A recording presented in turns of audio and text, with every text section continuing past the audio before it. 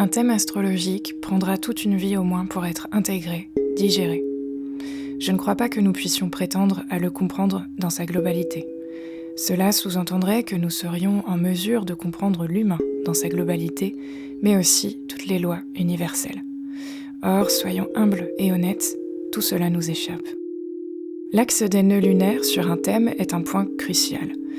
Pour peu que vous vous y soyez intéressé, vous avez dû sentir, au moins intuitivement, qu'il s'agit effectivement d'une clé fondamentale de compréhension de qui nous sommes, et peut-être même de ce que nous sommes venus faire sur cette terre.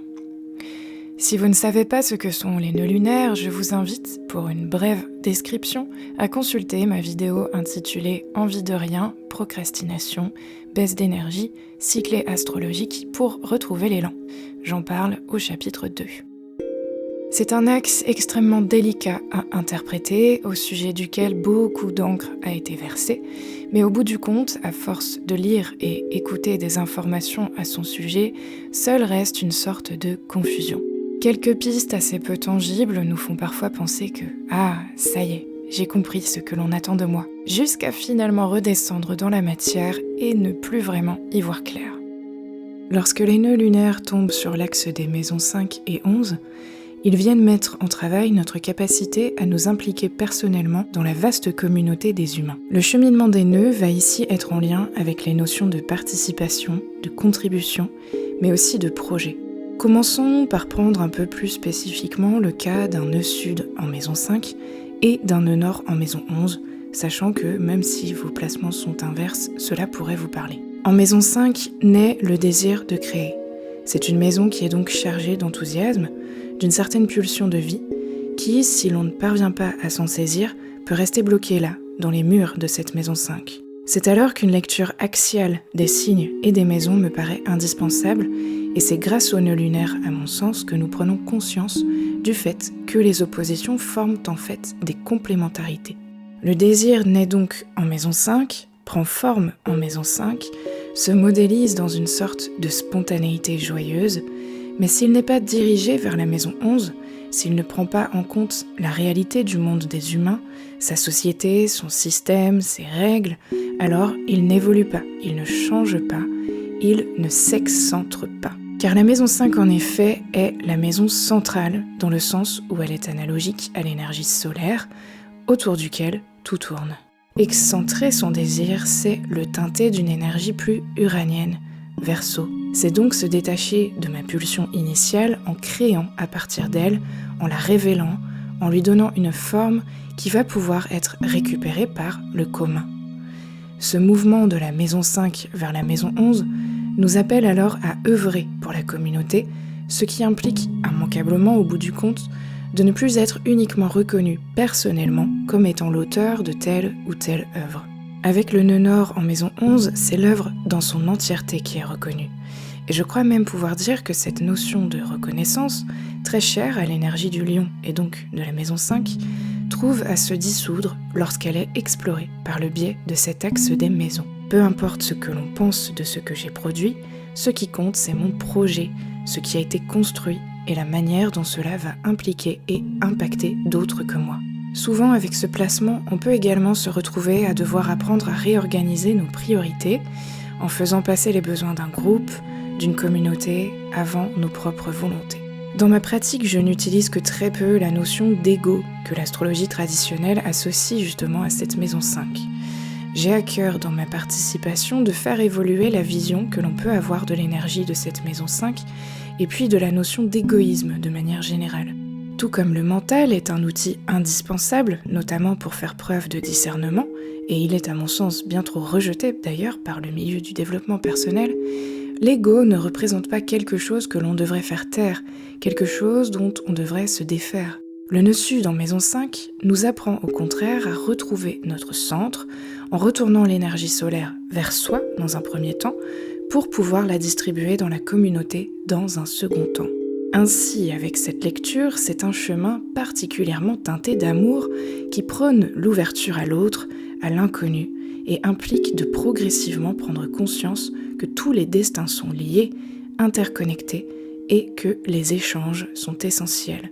On a en réalité beaucoup à apprendre de nos maisons 5. C'est là que se cachent nos enfants intérieurs. Et nos sociétés modernes font tout pour les faire taire plutôt que de nous permettre de les laisser s'exprimer et rayonner comme ils savent pourtant naturellement le faire. Avec un nœud sud en maison 5, cette reconnexion à l'enfant intérieur pourrait être très facilitée. Mais du fait de nos contextes collectifs, elle pourra être muselée, interdite. Et en ce sens, c'est difficile de savoir que faire de toute cette joie d'être qui reste, comme je l'ai dit, enfermée dans les murs de cette maison 5 et peuvent dans ce cas tomber dans des excès de vanité, d'orgueil, de bouderie aussi, par frustration et manque de place. Mais bon, c'est dommage de réduire la maison 5, comme toute autre maison d'ailleurs, à ces déséquilibres, à ces excès. Dans le sens inverse alors, c'est-à-dire avec un nœud sud en maison 11 et un nœud nord en maison 5, eh bien la plupart du temps l'individu est perdu dans quelque chose de plus grand que lui.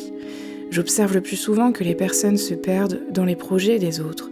Par exemple, l'exemple assez typique, classique, les parents ont voulu qu'ils deviennent médecins. Ils ont alors poursuivi des études de médecine, bien en tête, sans jamais vraiment se soucier de leurs propres désirs. La question que pose cet axe, au bout du compte, eh bien c'est celle de la volonté. Et moi, qu'est-ce que je veux, au fait ? Comment je me démarque ? Et puis surtout, comment je me replace au centre de ma vie ? Avec ce placement, on a tendance à complètement dépendre des autres pour avancer.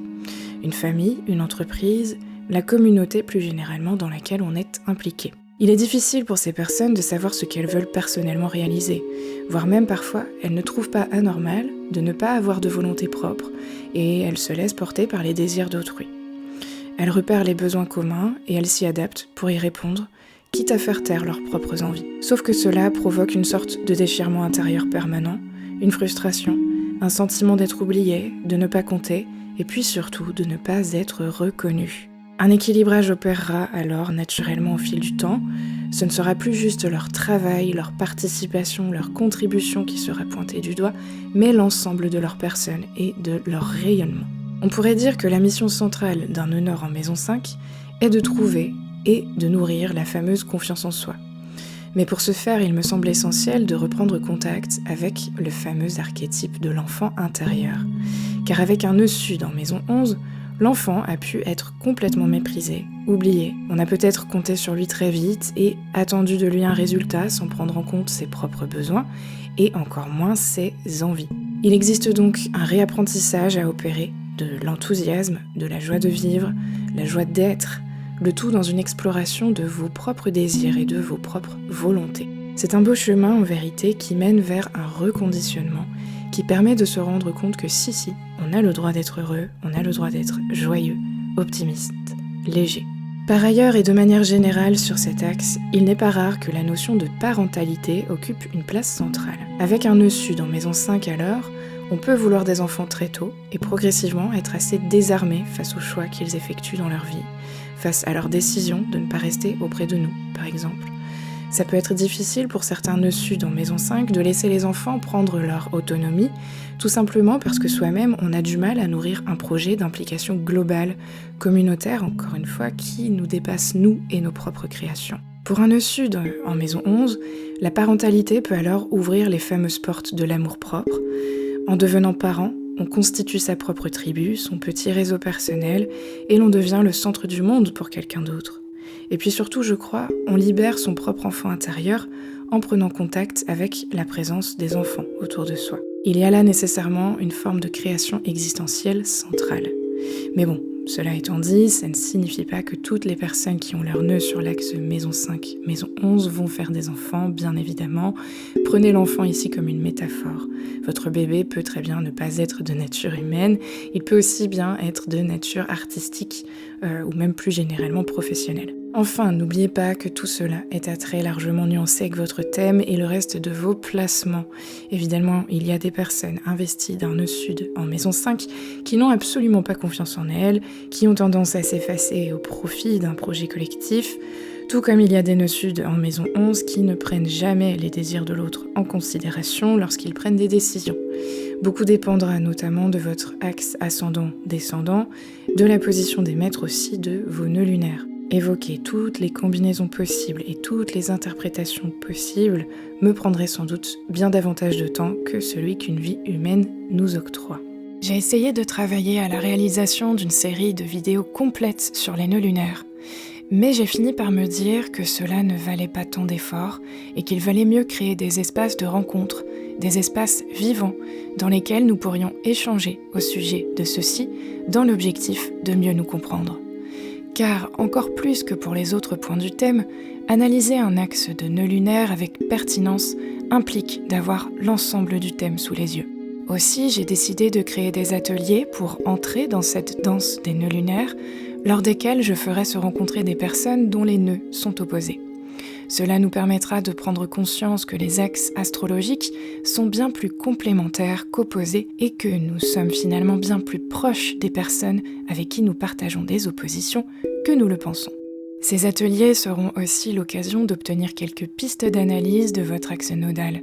Je partagerai avec vous le fruit de mes recherches, basées ce jour sur l'analyse de plusieurs centaines de thèmes astrologiques, et cela pour vous aider à mieux intégrer cette partie de votre thème. Je souhaite que cela vous redonne confiance en vous, en la vie, et vous remobilise pour oser avancer vers la lumière et continuer à dire non à une obscurité indéniablement grandissante sur la planète aujourd'hui. Je suis en effet convaincue que l'axe des nœuds lunaires est rempli de ressources qu'il ne tient qu'à nous de révéler. Mais pour cela, encore faut-il savoir comment s'y prendre. Alors, si votre nœud nord tombe en maison 5 ou en maison 11, n'hésitez pas et inscrivez-vous à l'atelier qui vous correspond. Il aura lieu le week-end du 30 et 31 juillet prochain, de 9h30 à 12h30 le samedi puis le dimanche, soit 6 heures d'atelier au total. Les places sont limitées, ne tardez donc pas à m'envoyer un mail pour vous inscrire. Ce nombre de places limitées me permet de vous garantir que j'aurai le temps d'analyser l'axe des nœuds de chacun de vos thèmes durant l'atelier, ainsi que de faire le tour de l'ensemble des pistes dont je dispose à ce jour pour mieux comprendre le fonctionnement de cet axe si particulier. Si jamais j'ai beaucoup de demandes, je pourrais décider d'organiser un deuxième atelier. Cette année 2022, je me rends compte que cela fait déjà 10 ans que je consacre ma vie à l'étude de la psyché humaine. Ces ateliers sont donc pour moi l'occasion de partager avec vous l'ensemble de mes observations, avec toute la passion et l'enthousiasme qui m'animent. J'espère vraiment vous y rencontrer et qu'ensemble nous trouverons de nouvelles pistes pour distribuer la joie et l'optimisme dont ce monde a tant besoin.